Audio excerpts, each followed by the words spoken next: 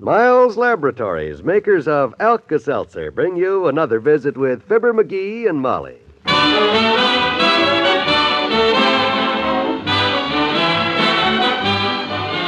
Again, we invite you to listen to the transcribed adventures of Fibber, McGee, and Molly. The show is written by Phil Leslie, directed by Max Hutto.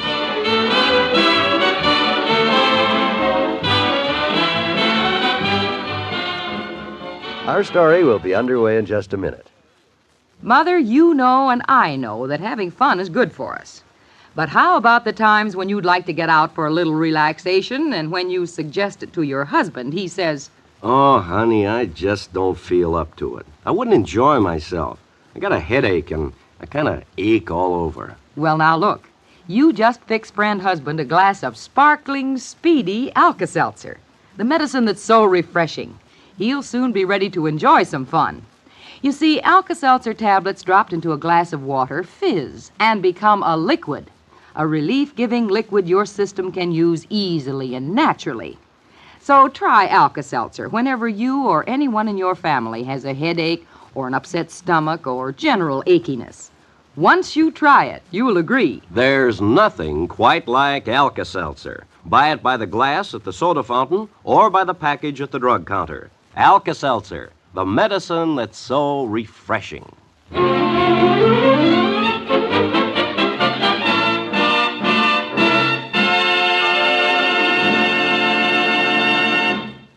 You remember what, Molly? The beer what committee? No, the Cheer Up Committee, McGee, for my women's club. Oh, that. Yes, we call on members who are sick and, try to cheer them up. Oh, sure. We got a committee like that at the Elks. In fact, I was on it for a while. It's a million laughs. Laughs? Yeah, we got a very cute gimmick at the Elks. One of the guys is a bricklayer, and he donated a hod of bricks, and us guys painted them all with gilt paint, you see. No, not yet, I don't. Well, whenever a member is sick, the committee calls on him, hands him a card that says, "You have just been elected the greatest," and they hand him a gold brick. Murders him. Yeah, I can imagine.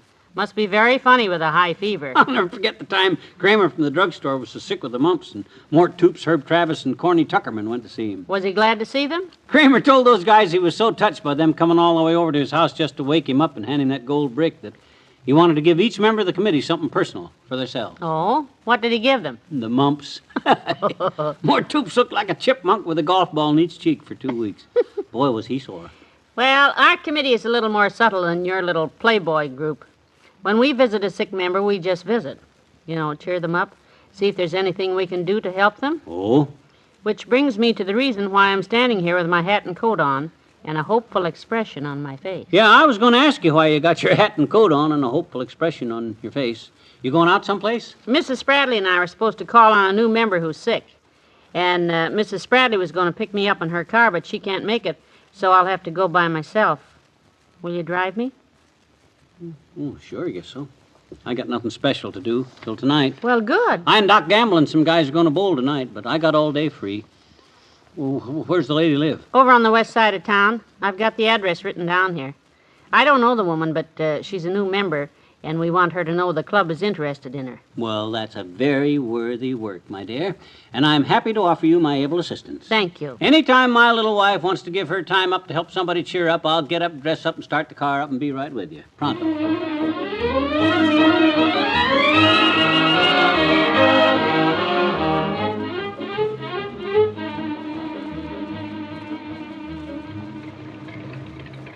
You go right in and visit the lady, Molly. I'll wait here in the car. Okay. I won't be long. I'll just see how she feels, see if there's anything I can do for her, and visit a few minutes. Take your time, I'll be here. Okay. Now, let me check my card. Mrs. J.H. Brown, married, no children, joined the club 6 weeks ago.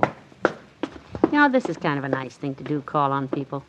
Let them know the other club members are interested in how they feel. Come in. Hello, Mrs. Brown. Who is it? I don't want to buy anything. I'm not well today. My name is Mrs. McGee, and I'm on the visiting committee from the Women's Club. Just wanted to drop in and see how you are, Mrs. Brown. Oh, well, come right on in the bedroom here. Nice of you to call. Nobody ever comes to see me when I'm sick, and I'm sick a lot. Well, now, the woman's club is all... Sit down. Room's kind of a mess, but I just don't feel like doing anything today. I don't know what it is. I just get these spells, and I don't seem to have the strength to get out of bed. Clear out that chair over there and dump those movie magazines on the floor there. That's all right. I'll just stand. I thought I'd drop in and see... It's so nice of you to call. Like I say, my in-laws never come near me when I'm sick, and I'm sick a lot. Wasn't for my movie magazines, I don't know what I'd do. Well, now, our committee wants you to know that your club is interested. Oh, darn. This box of candy is empty.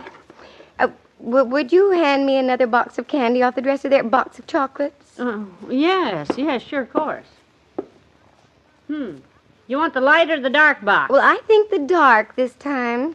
Jim, that's my husband. Jim says I eat too much candy, but he has no idea what I go through when I'm sick like this. No strength, you know. Just have to stay in bed. Yes. Well, I don't want to make you weak talking here too long, Mrs. Brown.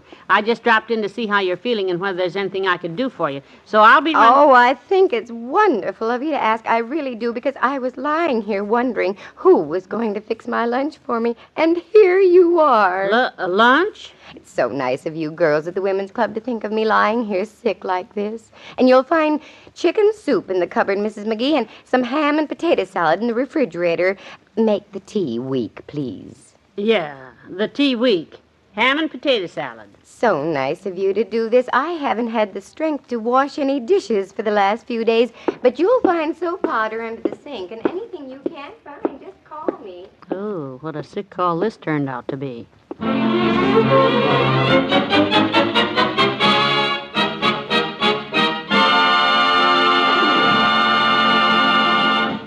In a moment, we'll return to Fibber, McGee, and Molly. Mother, I know you want to give your children every possible advantage. I've never met a good mother who didn't. And you probably know that your children must have enough vitamins to help maintain normal growth and development, to keep alert and energetic as they should be. Now, your meals, no matter how well planned, may not always contain enough vitamins. That's why so many mothers buy one-a-day brand multiple vitamin tablets to fortify their meals. You see, one-a-day brand multiple vitamins supply all the vitamins children and adults normally need to take. They're easy to swallow and they leave no aftertaste. And you can buy this protection for less than 3 cents a tablet. So protect your family from vitamin shortage. Fortify your meals with one-a-day brand multiple vitamin tablets.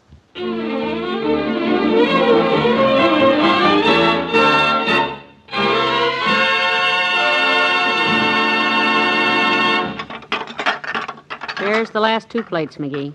Careful with them. Boy, I should have stayed in the car. I waited an hour before I rang that bell, but I should have waited 4. I was about to go out and get you anyhow. I needed help. There were 3 days' dishes in that sink. Oh, Mrs. McGee, would you like to bring me a glass of water? That ham made me terribly thirsty. Yes, Mrs. Brown, right away. I don't know what I'd have done if you hadn't dropped in to see me today. When I have these spells like this, I just haven't the strength to do Let me take that anything water to into get her. myself- I'll stumble and dump it all over her bed. You'll do nothing of the kind. I'll take the water in. Mrs. McGee, oh, there you are. Yes, here's your water, Mrs. Brown. Oh, thank you. You're so nice to do all these lovely things for me when I'm sick. When I have these spells, I just give up. There simply is no use in me trying to get out of bed at all. Rest is the only thing. Stay in bed and rest till... Oh, good gracious. What is it, something wrong? My laundry. The laundryman is due in half an hour, and I haven't sorted the laundry. Oh, Jim hasn't any clean shirts, and we need bed linens. The laundry simply has to go out. What am I going to do? Oh, would you? You're so kind. I'm so happy to belong to the Woman's Club with such grand women as you, Mrs. McGee. The laundry's in the hamper down the hall there. I send everything out. Just sort the towels for rough dry, and everything else goes finished. I guess I can try. Well, Jim's dirty shirts are either in the closet or else hanging on chairs in the guest room, and that there may be a few dish towels in the basement. I don't know how I'd have gotten along without you today, Mrs. McGee. I could have gotten along without you just fine. This thing is getting downright silly, but I can't just walk out on the woman, and I don't know what to do. Huh? You talking to me? Yeah. Come on, you can help me sort the laundry. What?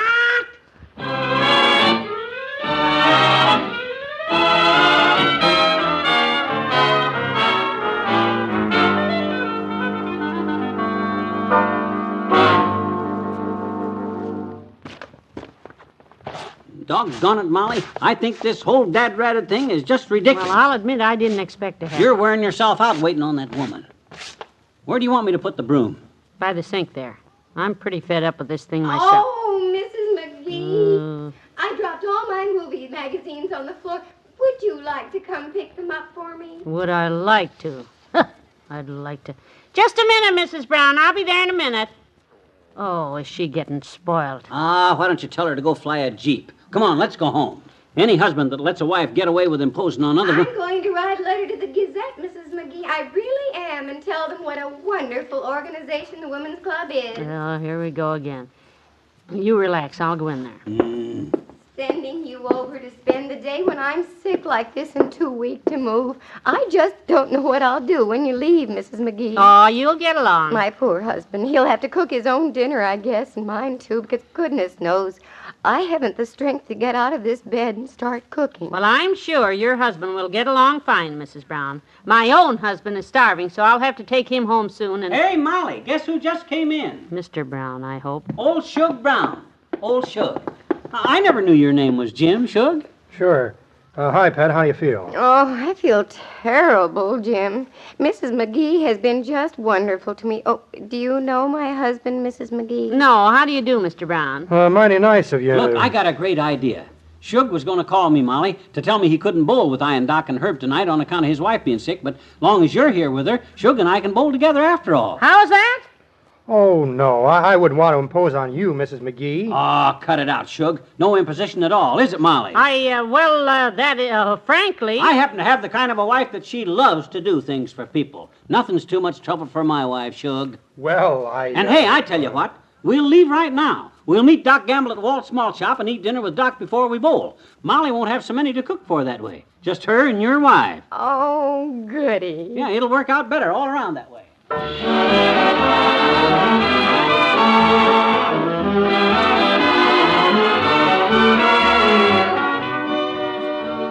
Your friends have more to say to you presently. Is it this way with you? Some days seem to go along something like this. You're happy, you're feeling swell, and everything is going okay. But there are days when you feel about like this. Nothing seems to go right, and you feel pretty awful. Well, quite often, the root of the whole problem is something as simple as a headache or some other kind of common ache or pain. And that's the time when you'll be glad to have Alka-Seltzer handy. Wherever you do your work, whether it's around the house or at the office or factory, keep Alka-Seltzer handy and use it when you need prompt, really effective relief. Relief for a headache, say, or an upset stomach, or just a general achy feeling. Your nearest drugstore sells it. Speedy Alka-Seltzer, the favorite of so many, for relief that does so much.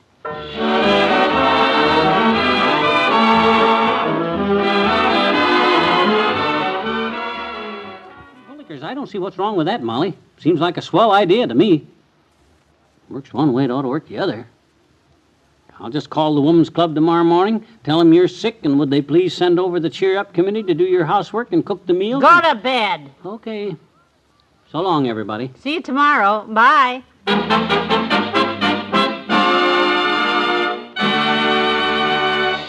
Fibber, McGee, and Molly, transcribed, is brought to you Mondays through Fridays at this time by Miles Laboratories, makers of Alka-Seltzer.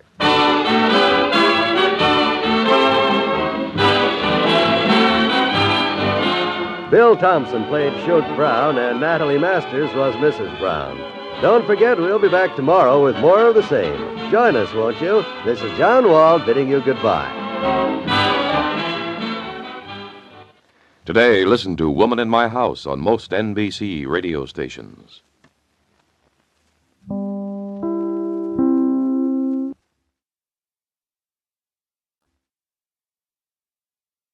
Miles Laboratories, makers of Alka-Seltzer, bring you another visit with Fibber, McGee, and Molly.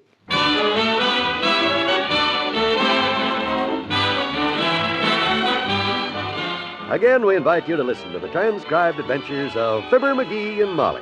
The show is written by Phil Leslie and directed by Max Hutto.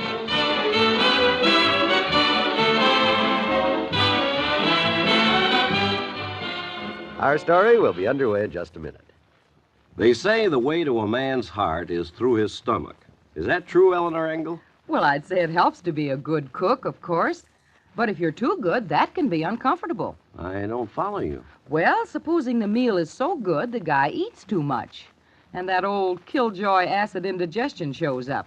Now, when that happens, a man needs help. Well, now, here's a leading question if I ever heard one. What do you do in a case like that, Eleanor? Why, you fix him a glass of Alka-Seltzer, of course. Alka-Seltzer gently soothes and settles an unsettled stomach and relieves that stuffy, too-full feeling. In other words, Alka-Seltzer will have him feeling tip-top again in a hurry. You just try Alka-Seltzer for relief of indigestion. Alka-Seltzer, the favorite of so many, for relief that does so much.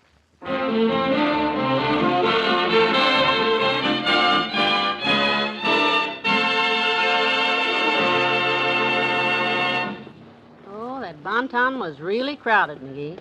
I just bought some stockings, that's all. What'd you do, anything? Oh, not much. Ran into Wally Wimple at Kramer's drugstore. We went over and stood in front of the Pancake Palace a while, watched the cook flip flapjacks in the window.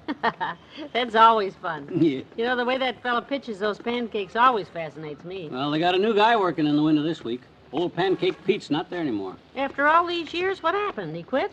They don't seem to know exactly what happened to him. Wimp was there Thursday during the lunch hour, and he saw the whole thing. Oh? Well, what happened? He said old Pete was at his griddle there in the window cooking pancakes like he's been doing there for 17 years. And all at once he got a kind of a funny look on his face, picked up a buckwheat cake with his turner, and stuck it on the ceiling. Slammed it right up there, way out in the middle of the restaurant. My goodness, on the ceiling? Mm-hmm. Hung there for a couple of seconds and then dropped an old man McDonald's split pea soup. Like to drown it. I'd like to have been there and seen that. Good thing you weren't, because from there on out it was bedlam. The manager started over to bawl him out, and Pete popped him in the puss with a hot, wet pancake that wrapped around his head like an Indian turban. Then he started firing them at everybody in range, and Wimp says inside of 3 minutes there was batter hanging on every customer in the joint.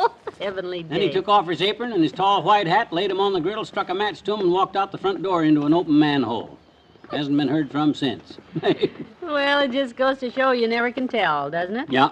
Sometimes the quietest... Oh, hey, are you in any hurry to get home? Let's go in the bookstore here and look around a while, will you? Oh, good. I got a yen to read a good book tonight. I haven't read any really good books for a long time. Hey there, daughter. Hey, Johnny, wait up. Oh, the old-timer. Hello, Mr. Old-timer. Oh, hi, old-timer.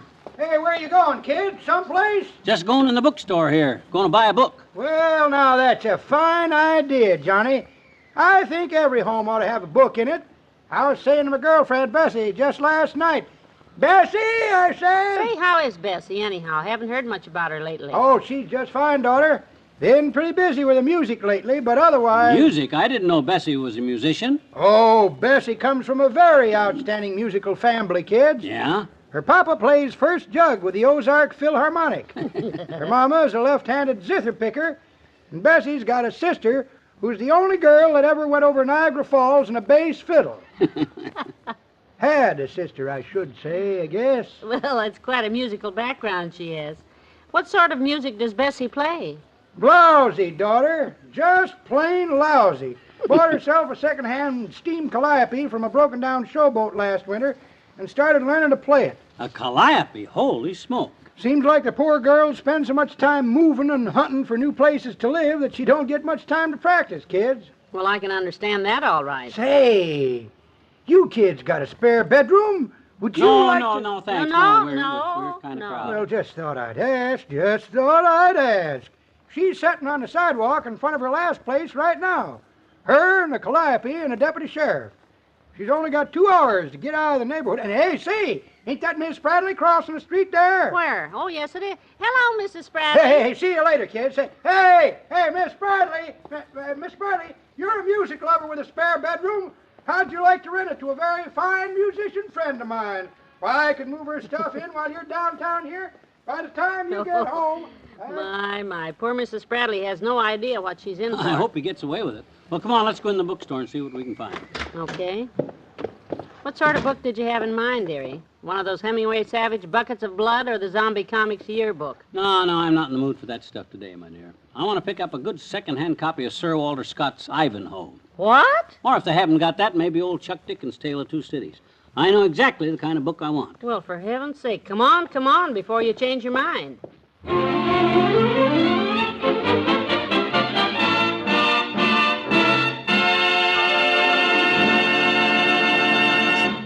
In a moment, we'll return to Fibber, McGee, and Molly. When you hear the word action, what does it make you think of?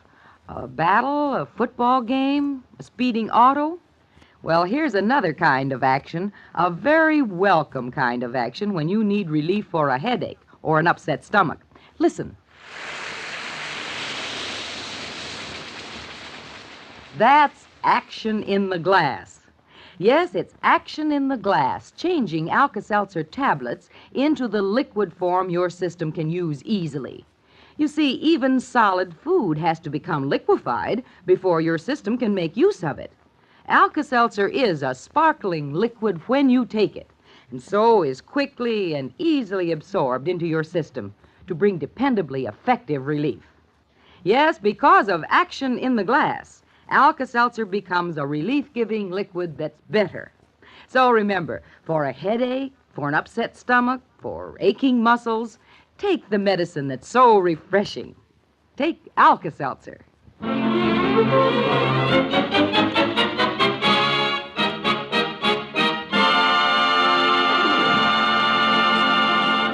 You haven't got a good second-hand copy of Tale of Two Cities either, huh? No, I'm sorry, but we haven't, sir. I have a handsome new edition here of the complete Dickens. No, thanks, sis. That's not quite what I'm looking for. It's only $5 and a very nice... Oh, no, that's not at all what we're looking for. We'll just browse around. Well, if I can help you, you just call me. Oh, yes, madam. Did you find what you're looking for? Come on over this way, McGee. They have a lot of second-hand books down here. Okay, I'll look over the stuff. Well, of all places to find you, McGee. A bookstore. Oh, hi, Doc. What'd you come in here for? It's not raining outside. Oh, now, Dr. Gamble, that's not very nice. Oh, hiya, Molly. I didn't see you. McGee came in here to buy a book, Doctor. Naturally. Oh, pardon me. What's he looking for, Molly? A copy of Tom Swift and his Mechanical Toenails? Or maybe the Campfire Girls meet Errol Flynn? Oh, Doctor. On second thought, that stuff would be a little too grown up for him, wouldn't it? We way over little dim domes, little dumb domes, sure. As a matter of fact, Doctor, he himself came in here hoping to pick up a good second-hand copy of Sir Walter Scott's Ivanhoe, or maybe something by Charles Dickens. Tale of Two Cities is the one I want. I was looking at some books that Teeny was taking back to school the other day, and it just reminded me that I haven't done any good reading lately, so what I'm going to... I'm really proud of you, Sonny. You may rub a little culture into him yet, Molly. Who's talking about culture? The only culture you know anything about, Fatso, is the kind you keep in your lab to grow that cheap penicillin in that you charge us $5 a jab for. What brings you in here, Doctor? Are you buying or just looking? Me?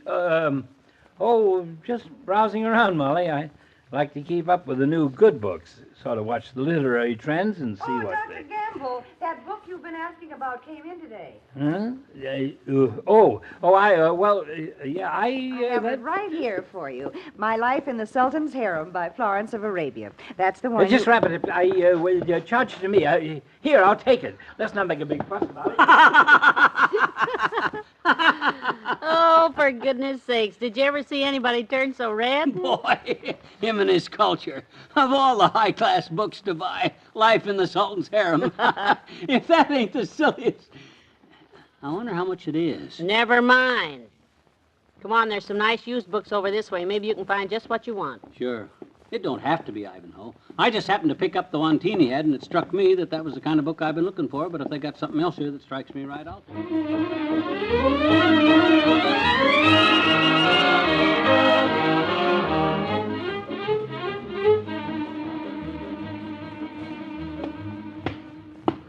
Got your key, kiddo? Oh, never mind. Here's mine. I'm sorry you couldn't find the book you wanted, dearie, but I'm sure that copy of David Copperfield will give you just as much. Oh, sure. This book will be swell. It was a darn good buy, too, you know that, for $1. Yes, it was. In pretty good shape, isn't it? Sure. A few pages are wrote on, but that don't hurt. Good sound book. Sturdy binding. A book like this will last forever. The story will, anyhow. Hmm. You know, I don't understand this sudden thirst for good literature, dearie, but I'm certainly pleased about it. Say, what brought on this homegrown renaissance? Oh, I don't know. I just got thinking the other day, after all that Hemingway Savage stuff and them murder stories and things I've been reading, it just suddenly struck me I ought to read something different for a change. Well, I'm for that. Anything different from that muck. Well, I suddenly remembered a great old classic that I always loved, and I haven't read it for years. Oh? I just had an urge to read it again. Well... A real saga of the Old West. The West? Mm-hmm. Oh, now, wait. Dickens didn't write about the West. You're a little... I know that. The book I'm talking about is a classic. Oh? You remember it, Molly. One my Uncle Sycamore sent me from Arizona. Confessions of a Saddle Bum by Sagebrush Hawkins. Huh? That? But, I don't understand. For the last 5 years, my dear, Confessions of a Saddle Bum has been holding up the corner of my workbench with the short leg on it in the garage. But you were trying to buy Ivanhoe and Tale of Two Cities. Sure, because when Teeny stopped by here with those books the other day, I measured them both under the leg of my workbench, and they just fit. But she wouldn't let me keep either one of them. But I don't... This book I got here is the exact same size, and I'm going out to the garage right this minute and slip it under that short leg. Oh, for the will of all. Love. And boy, oh boy, when I stretch out on that Davenport with a cold root beer, a hot cigar, and Confessions of a Saddle Bum, I'll have the most literary evening you Well, ever if had. this isn't ridiculous.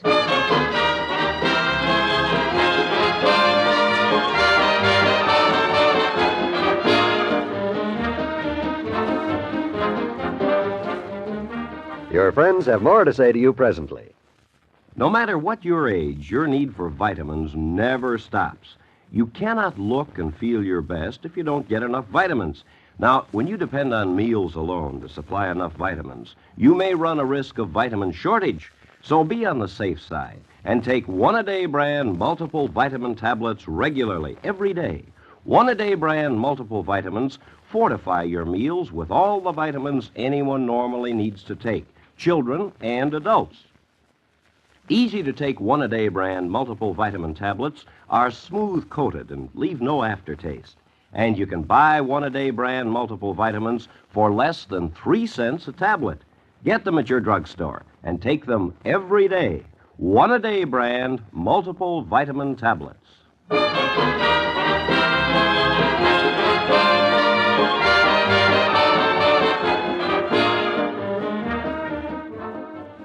Ladies and gentlemen, most of us take normal good health pretty much for granted.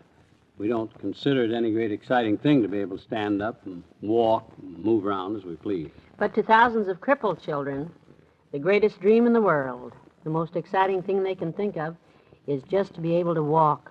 Just walk anywhere. And we can help them make this dream come true. Through the National Society for Crippled Children and Adults, the Easter Seal Society, thousands of crippled children are slowly learning to walk today. In rehabilitation centers, in clinics, in home services, and in camps, your Easter Seal dollars are bringing constant help to our thousands of crippled children and adults, and without our help, they have no hope. So don't put it off, please. Mail your contribution to Crippled Children in care of your local post office. Remember, we alone can help them walk. Bye. See you tomorrow. Bye.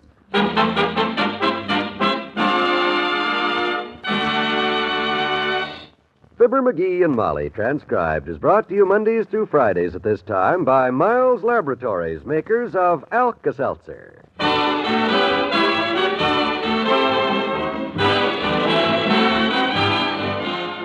The Old-Timer is played by Bill Thompson and Dr. Gamble by Arthur Q. Bryan. Mary Lansing was the woman. This is John Wall telling you that tomorrow there is a telephone mystery at 79 Wistful Vista. Tune in for details. So long. Today, listen to One Man's Family on most NBC radio stations.